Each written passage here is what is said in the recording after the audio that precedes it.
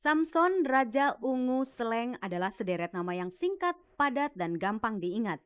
Bagi sebuah band, pemilihan nama band tentu tak sekedar mudah diingat, namun pasti punya maksud dan filosofi tersendiri. Grup band Samson misalnya. Mendengar namanya, orang pasti langsung teringat kepada legenda Samson yang digambarkan sebagai manusia super kuat itu. Bisa ditebak, 5 anak muda ini pasti kepingin grup bandnya sekuat Samson yang sanggup merobohkan grup-grup band yang lebih dulu mapan.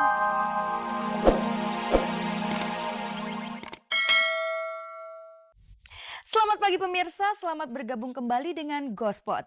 Saya Cahaya akan menghantarkan gosip-gosip serta berita-berita pilihan dari kalangan selebriti untuk Anda. Tidak ada yang ditambahi, tidak ada yang dikurangi, dan tak ada juga yang memanas-manasi. Dan jangan lupa pemirsa, seperti biasa ada kuis berhadiah 3 juta rupiah untuk 3 orang pemenang. Dapatkan hadiahnya dengan cara menjawab pertanyaan kuisnya. Caranya mudah. Ketik GS spasi jawaban A atau jawaban B dan kirim via SMS ke nomor 6288. Simak beritanya dan jawab pertanyaan kuisnya di akhir tayangan nanti. Bersama Gospot, Anda tidak perlu was-was ketinggalan berita. Inilah sajian segar dari meja redaksi Gospot untuk Anda yang haus akan berita-berita dari dunia selebriti. Grup band Samson ingin sekuat namanya, sementara grup band Raja juga ingin duduk di singgasana musik pop tanah air layaknya seorang raja. Ada yang menarik dari logo grup band Ungu, huruf G mengesankan sosok iblis. Slang merasa semakin tua, namun Slanker terus melahirkan generasi baru. Tak mau lama-lama menduda, Bejah akhirnya menikahi Nina Husna. Tina Tun sangat sayang kepada neneknya. Dini Aminarti mengunjungi teras kampus Sari Ayu. Pemirsa, kehadiran grup band Samson terhitung hijau dalam belantika musik Indonesia. Mereka baru saja menelurkan 1 album, tapi hebatnya lagu-lagu hits mereka langsung mencuri hati anak-anak muda. Sama halnya dengan grup band Raja. Grup band yang satu ini juga langsung meroket sejak mengawali debut bermusiknya. Cepat populer, kilat pula pudarnya. Fenomena ini kerap melanda band-band tanah air. Bagaimana Samson dan Raja menyikapi fenomena itu? Simak saja liputannya yang berikut ini.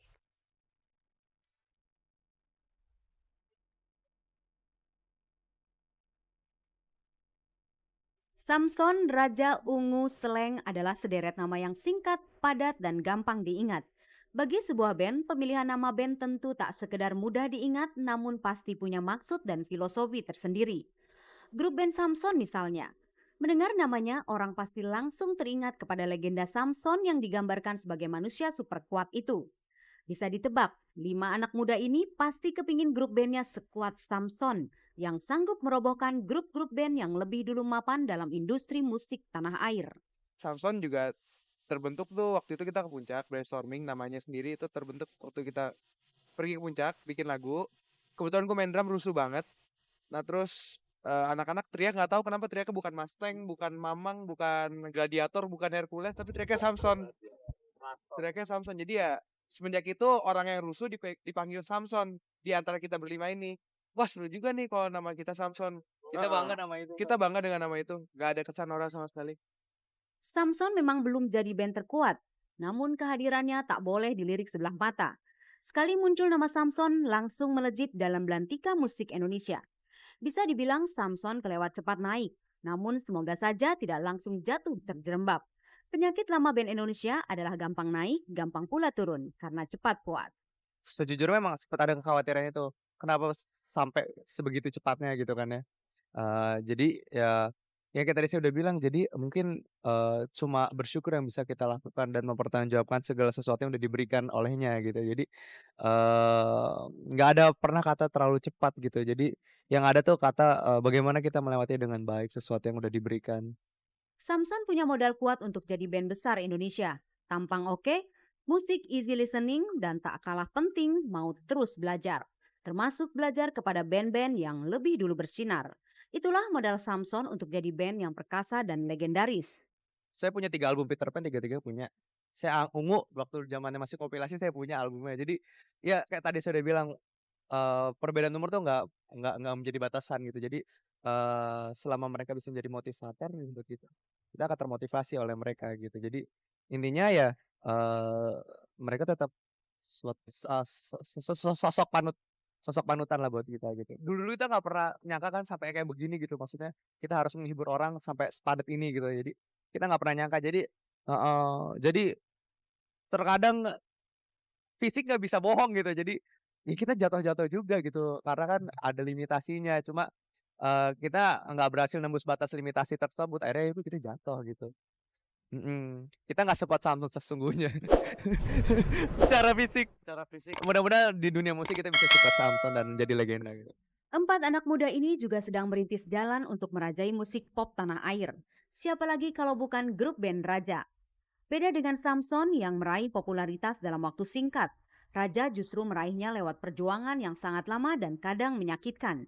Mereka bahkan sempat putus asa karena perjuangan mereka tak kunjung membuahkan hasil. Dulu kita susah banget. Kita semua orang tidak ada yang memandang Raja. Satu produser pun hampir tidak ada yang mau menerima konsep Raja. Sekarang kita sudah dikasih Tuhan kesempatan. Kita mencoba untuk jangan menyia-nyiakan kesempatan itu. Setelah sukses, penampilan personil Raja langsung berubah total, sangat modis dan terkesan glamor. Mereka punya alasan tersendiri dengan penampilan mereka yang modis dan glamor ini. Kita hanya berusaha untuk memberikan yang terbaik dan memberikan bahwa musik itu bukan hanya untuk konsumsi kuping doang. Manusia itu pasti pengennya juga kan mata gitu. Apalagi kalau di panggung-panggung gitu kan orang tuh datang bukan hanya untuk mendengar doang, pengen melihat. Jadi kita pengen memberikan yang terbaik untuk secara keseluruhan. Kita berusaha aja. Kita sadar kita manusia biasa tidak sempurna, tapi kita berusaha untuk mencapai titik itu. Ingatlah akan masa lalu kita. Jadi ingatlah akan masa perjuangan kita. Jadi insya Allah dengan mengingat masa-masa itu kita akan bisa menghargai posisi kita yang sekarang gitu.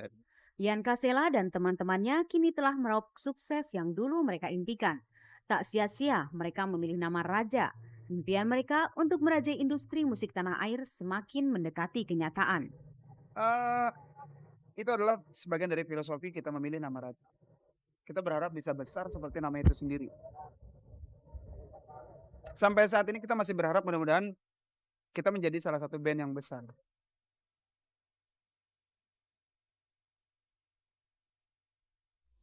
Pemirsa, gaya penampilan dan bermusik grup band Ungu berbeda 180 derajat dengan grup band Slank.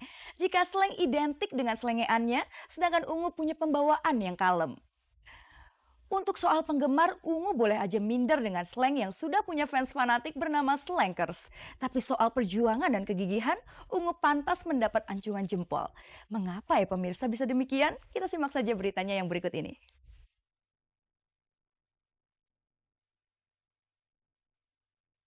Bicara tentang nama besar, jelas Ungu masih kalah besar dari Slank. Namun semua itu tak membuat Ungu minder saat sepanggung dengan Slank dalam acara Class Mile beberapa waktu lalu. Sesungguhnya Ungu bukanlah band kemarin sore.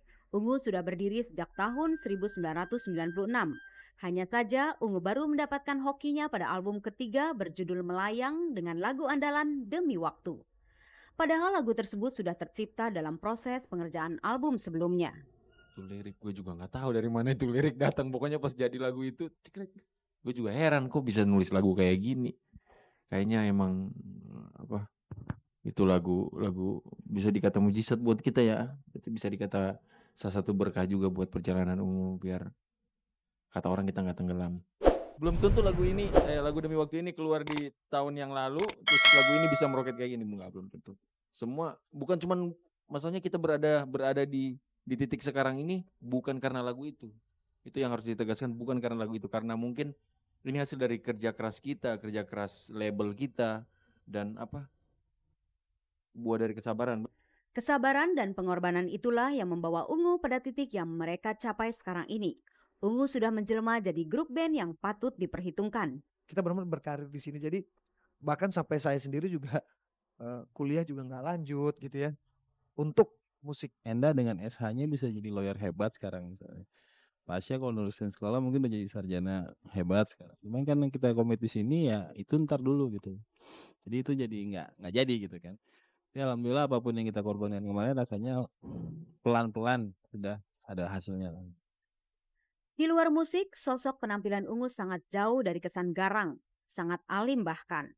Nah, penampilan mereka jadi terkesan kontras dengan logo band mereka yang terkesan nakal. Coba Anda perhatikan huruf G menyerupai sosok iblis lengkap dengan 2 tanduk runcingnya. Apa sebenarnya makna dari logo misterius ini? Dalam bermusik itu kan kita bekerja sama dengan, pihak-pihak yang ini sudah industri kan. Jadi kadang-kadang, idealis kita tuh tidak bisa kita tuangkan dalam lagu.